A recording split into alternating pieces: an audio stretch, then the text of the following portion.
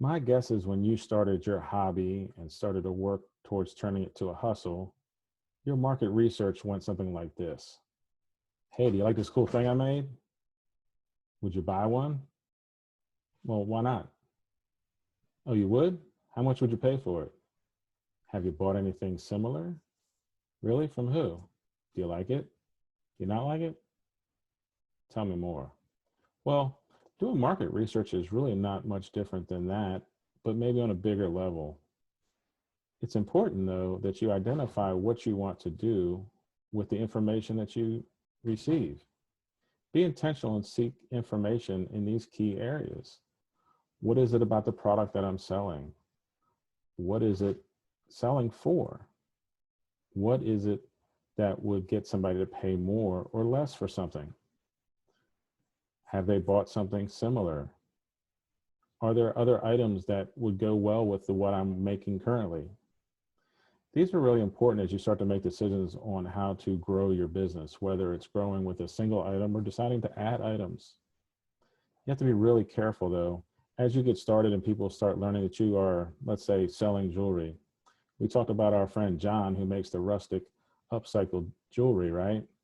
Somebody's going to come to John and say, hey, you know what would be really awesome if you made jewelry out of fill in the blank. You know, that's great. I get it all the time from people that I know. Hey, you should really do this. That's great, but chances are they're just going by a gut feeling, maybe something that interests them and not really founded in any kind of research. So it's important that you're intentional about what you want to do with your business and the direction you take it. So how do you do that? You do some market research. It really doesn't have to be anything more than asking friends, family, current customers, and potential new customers some of the things that I mentioned in the beginning. But there's also other areas that don't necessarily involve you going out and asking questions and listening to answers. You can find an awful lot of information online. If you're working in the online space, businesses like Etsy, let's say John, who's selling jewelry, decides to open an Etsy store. Etsy has a lot of information on their website alone. You can go in and find other jewelry businesses and see when they started selling on Etsy. You can see how many items they've sold. You can probably figure out an average of the items they've sold, multiply that by how many items they've sold, and kind of figure out how much revenue they've generated over the course of the time they've been selling on Etsy, all from simply looking through for a few minutes. There's other online tools that you can look at. It's important, though, that you identify the leaders in your market space. Find people that are doing what you're doing. It doesn't have to be identical, but find people that are doing what you're doing and start to look at what they're doing. Believe it or not, this is market research. Find out what they're selling, find out how they're promoting. You might even be able to find some things out about their customers because customers will engage in social media. They'll also leave reviews. That's an amazing thing that you can look at. Take a look at the reviews that your customers are getting for the products they're selling that are similar to yours. Reading online reviews left by customers of people that are selling products similar to yours is a great way to do some market research because they're going to comment and let people know what they did and didn't like. This is a great way for you to learn what your customers are looking for without actually them being your customer. Success leaves clues. I've said it before and I'll say it again. Find the leaders in your industry, see what they're doing. That's great for online. What if you got a brick and mortar business?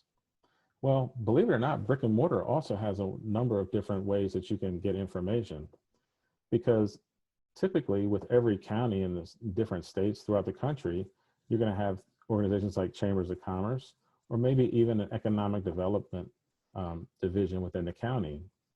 Sometimes this information might be a little bit harder to research than going and looking at an Etsy site at say midnight on a Thursday, but the information's out there. Sometimes you might need to make a phone call, send a few emails, but you can find out economic information about certain areas. You can find out information about traffic patterns and things like that. Also, if you're looking in a certain area, go talk to other businesses in that area. Maybe join a business co-op because that'll help you along the way. And if you're doing a hybrid business, selling both online and brick and mortar, then guess what? You get the best of both worlds. You get to leverage not only your online sales and also your brick and mortar sales, but that also means you can take information from both sides. And you know what? Even if you're not doing online business or you're not doing brick and mortar, you can still go out and talk to other businesses. Really, market research is about asking questions and listening to answers, trying to find out what it is the consumer wants. There's more ways to do this now than there ever have been before because of social media and online resources. So now's the time to start digging into what your customers really want. Be sure to download the free PDF because once again, we're going to give you some additional resources and a little bit of extra help in finding ways to dig into market research.